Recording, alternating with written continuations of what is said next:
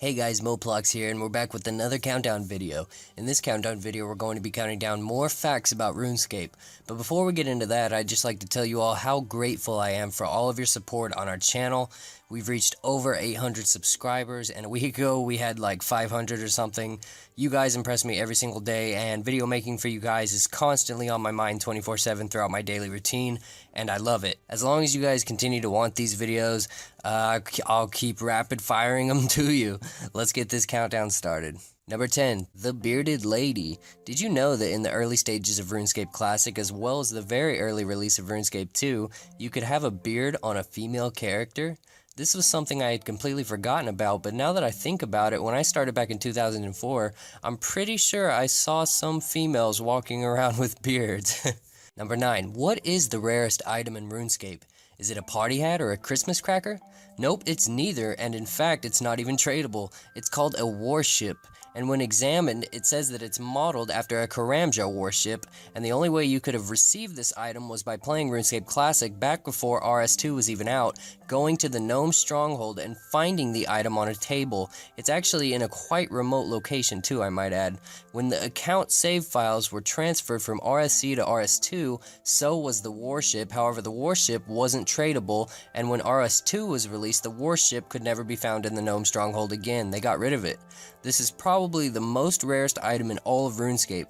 A lot of people have them in OSRS due to the release of the April Fool's joke skill selling, but on RS3 the warship is quite rare and very much discontinued. Number 8, have you ever wondered which NPC in RuneScape is the smartest one of them all? Well, without a doubt, it has got to be the bartender of the Blue Moon Inn in Varrock. When you ask him where an adventurer might make his or her fortune, he in turn tells you that he won't give you any information that may make the computer game easier. When you respond further asking him what a computer game is, he tells you that it's a magic box in which you can do all sorts of things in. Wait. Wasn't there a Windows 96 sitting on the table in the 2014 Halloween event? I must have imagined it. Number 7. Something interesting that you probably may have overlooked about the agility skill cape in RuneScape is that it is the only skill cape in which the old stat icon is displayed on the back of the cape. The running man that you see on the back of an agility cape is actually what the old stat icon looked like, whereas now the new stat icon for agility is a man running, but is much more detailed now instead of being a stick figure-like silhouette of a man. Number 6. Rune Armor. Did you know that in the early stages of RuneScape Classic, Adamant was actually the best armor? Jagex wanted to make a better type of armor, so they thought of Rune. In the armor's early development stages, it was actually going to be purple. Could you imagine walking around with bright purple armor on instead of the dark cyan-colored armor we now have today?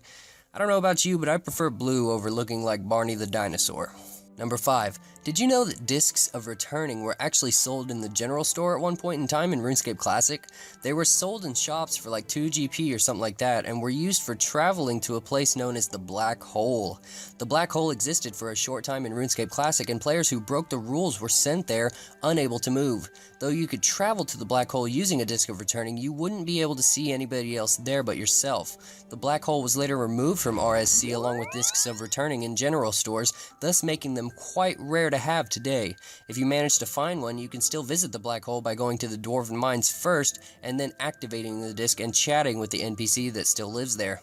Number 4. The Mime Random Event. Have you ever noticed that while you're doing the Mime Random Event, there are 3 strange audience members watching you? A lot of people speculate that these 3 people are to be, in fact, the gods of RuneScape, as they're red, green, and white. They're either the gods of RuneScape, or Jagex was trying to reference the country Mexico.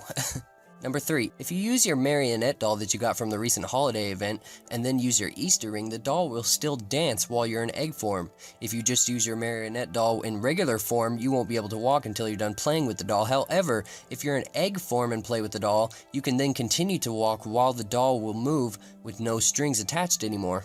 Number 2. Dragons are supposed to be a mythical flying beast with fire breath, right? Well, in RuneScape, the only dragon that you see ever flying is Elvarg in a cutscene during the Dragon Slayer free-to-play quest. This is odd. There are many other dragons that are way more powerful than Elvarg, right? Why can't they fly? Number 1. In the minigame Castle Wars, when you're trying to bring a tinderbox into the game, it says that they don't allow non-combat related items, right? Well, once you're playing the minigame, you can go to a room and pick up tinderboxes off of a table. Wouldn't that mean that Jagex is breaking their own rules? That's it for this countdown, and if you know what I should be counting down next, post it in the comments and I'll research what you suggested. I really appreciate all the nice comments I've seen so far, and I've even noticed that there are comments on multiple videos that came from the same person, and that's awesome to see that people watch more than one video on our channel. You guys amaze me, and it's currently 1:30 in the morning as I'm recording this, which means it's officially Christmas Eve here, so I just like to tell you all Merry Christmas, and I hope you all get what you wanted for this year. I'll talk to you guys later.